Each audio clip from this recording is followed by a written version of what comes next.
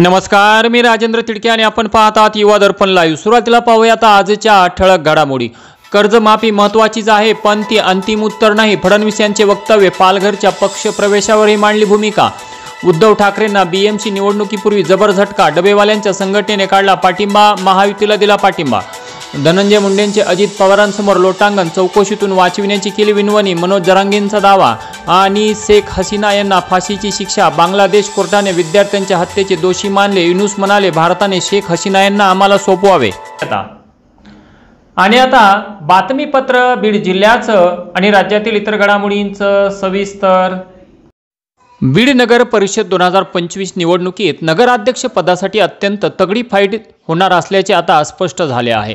भाजपा, अजित पवारांची राष्ट्रवादी, शरद पवारांची राष्ट्रवादी, एमआयएम आणि वंचित बहुजन आघाडी या प्रमुख पक्षांमध्ये लढत होणार असल्याचे चित्र स्पष्ट झाले आहे। भाजपने अनपेक्षितपणे नवख्या परंतु व्यवसायाने डॉक्टर असलेल्या ज्योती घुमरे यांना मैदानात उतरविल्यामुळे या लढतीमध्ये मोठी चुरस निर्माण झाली आहे। संपादक शेख मुजीब यांच्या सासूबाई तथा सेवानिवृत्त नायब तहसीलदार प्रेमलता दादाराव पारवे यांना अजित पवारांच्या राष्ट्रवादी काँग्रेसने उमेदवारी दिली आहे, तर एमआयएमने वाजेद इनामदार यांच्या पत्नीला उमेदवारी दिली आहे।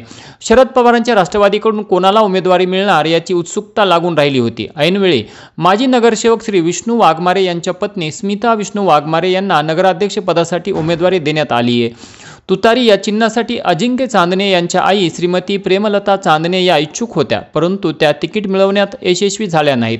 तर वंचित बहुजन आघाडीने सारिकाताई विकास जोगदंड यांना नगराध्यक्ष पदासाठी उमेदवारी दिली आहे। एकंदरीत पाचही उमेदवार तुल्यबळ असून यामध्ये कोण बाजी मारणार हे पाहणे महत्त्वाचे ठरणार आहे।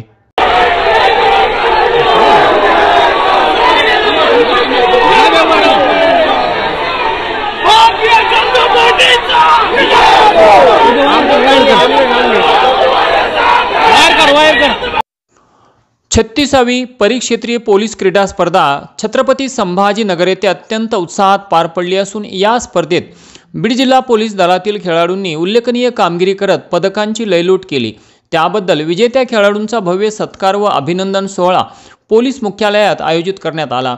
या प्रसंगी पोलीस अधीक्षक श्री नवनीत कामत यांनी सर्व खेळाडूंचा पुष्पगुच्छ व स्मृतिचिन्ह देऊन सत्कार केला आणि ते म्हणाले की कोणतेही काम करताना 100% प्रयत्न, शिस्त, निष्ठा आणि काम हीच पूजा अशी भावना ठेवली तर यश निश्चितच मिळते।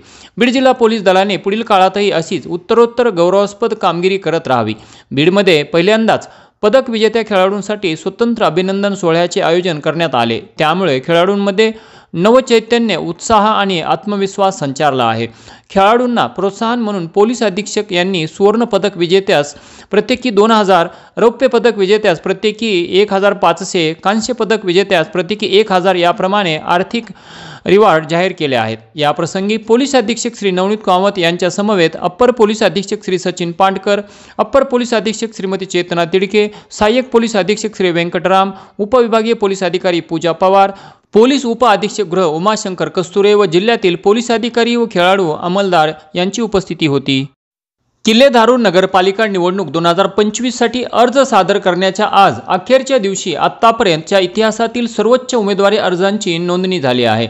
यामध्ये नगराध्यक्ष पदाकरिता तब्बल 16 अर्ज दाखल झाले असून नगरसेवक पदासाठी विक्रमी 151 अर्ज दाखल झाले आहेत। धारूर नगरपालिकेच्या इतिहासात प्रथमच एवढ्या मोठ्या संख्येने अर्ज दाखल झाल्याचे पाहायला मिळत असून प्रत्यक्षात किती जण निवडणुकीत उतरतात ते पाहणे महत्त्वाचे ठरणार आहे। युवा दर्पण लाईव्हसाठी विष्णू रंधवे, किल्ले धारूर। बीड एलसीबीचे पीआय श्री शिवाजी बंटेवाड, पीएसआय श्रीराम खटावकर यांचे पथक हे शिवाजीनगर पोलीस ठाण्यात दाखल गुन्ह्यातील आरोपींचा शोध घेत असताना गुप्त माहिती मिळाली की सदरचा गुन्हा हा वैभव नारायण आडोळे राहणार एरला, तालुका मोर्शी, जिल्हा अमरावती याने व त्याच्या साथीदाराने मिळून केला असून तो साथीदारांसह सध्या नवगण राजुरी तालुका जिल्हा बीड येथील बस स्थानकावर आलेला आहे। माहिती मिळताच एलसीबीच्या पथकाने सदर ठिकाणी जाऊन त्यांना ताब्यात घेतले व विचारपूस केली असता आरोपी वैभव नारायण आडोळे व त्याचा साथीदार विधी संघर्षग्रस्त बालक यांनी मागील 1.5 ते 2 महिन्यांपासून बीड शहरात 3, छत्रपती संभाजीनगर येथे 4, जालना येथे 1, अहिल्यानगर येथे 1 असे एकूण 9 चेन स्नॅचिंगचे गुन्हे केल्याची कबुली दिली। सदर आरोपीकडून सोन्याचे दागिने किंमत 9,27,680 रुपये, 4 मोबाईल व इलेक्ट्रॉनिक वजन काटा किंमत 1,55,000 आणि एक मोटारसायकल किंमत 50,000 असा एकूण 11,32,680 रुपये किमतीचा मुद्देमाल जप्त करण्यात आला आहे. सदर आरोपींना शिवाजीनगर पोलिसांच्या स्वाधीन करण्यात आले.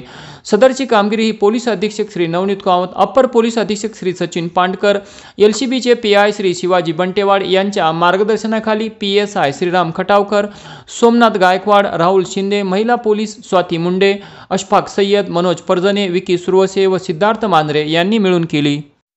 धारूर तालुक्यातील आंबेवडगाव येथे रविवारी रात्री अज्ञात चोरट्यांनी घराच्या बाहेरून कड्या लावून 2 घरे फोडून 15 तोळे सोने व 50,000 रुपये रोख रक्कम लंपास केल्याची धक्कादायक घटना घडली.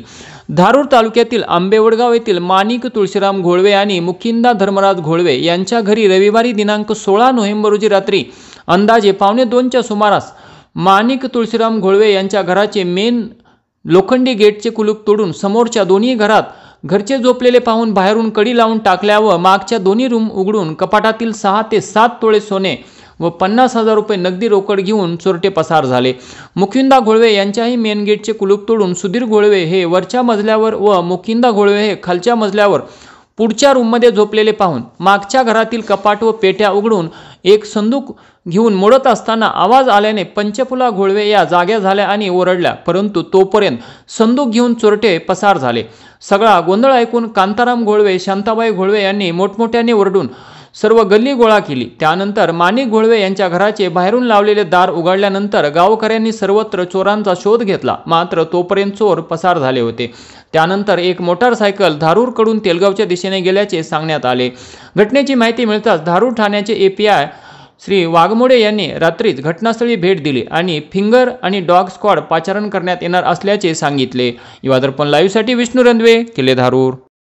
गेवराई तालुक्यातील तलवाडा ग्रामपंचायत कोणत्या ना कोणत्या कारणाने सतत चर्चेत राहत असते. तलवाडा येथे अनेक खाजगी दवाखाने आहेत आणि या दवाखान्यात वापरलेल्या सलाईनच्या बाटल्या, इंजेक्शनचे सिरिंज व काचेच्या बाटल्या ह्या रस्त्यावर आणून फेकल्या जातात. याच रस्त्याने स्मशानभूमीकडे जाण्यासाठीही रस्ता आहे. खरे तर इंजेक्शनच्या वापरलेल्या सिरिंज ह्या वैद्यकीय कचऱ्याचा भाग आहेत आणि त्यांची योग्य ती विल्हेवाट लावणे अत्यंत गरजेचे असते, परंतु असे होत असताना दिसून येत नाही. त्यामुळे गावात संसर्ग पसरण्याचा धोका आहे. त्यामुळे ग्रामसेवक मुसळे व प्रशासक चोपडे यांनी गांभीर्यपूर्वक लक्ष देऊन ही समस्या सोडवावी. नसता बातम्या येतात परंतु काहीच होत नाही या भ्रमात राहू नये. नसता हाच कचरा स्वाभिमानी शेतकरी संघटनेचे उपयुवा जिल्हाध्यक्ष श्री शेख खिजर जैनुद्दीन व त्यांचे सहकारी हे ग्रामपंचायत समोर आणून टाकल्याशिवाय राहणार नाहीत, असे श्री शेख खिजर यांनी म्हटले आहे.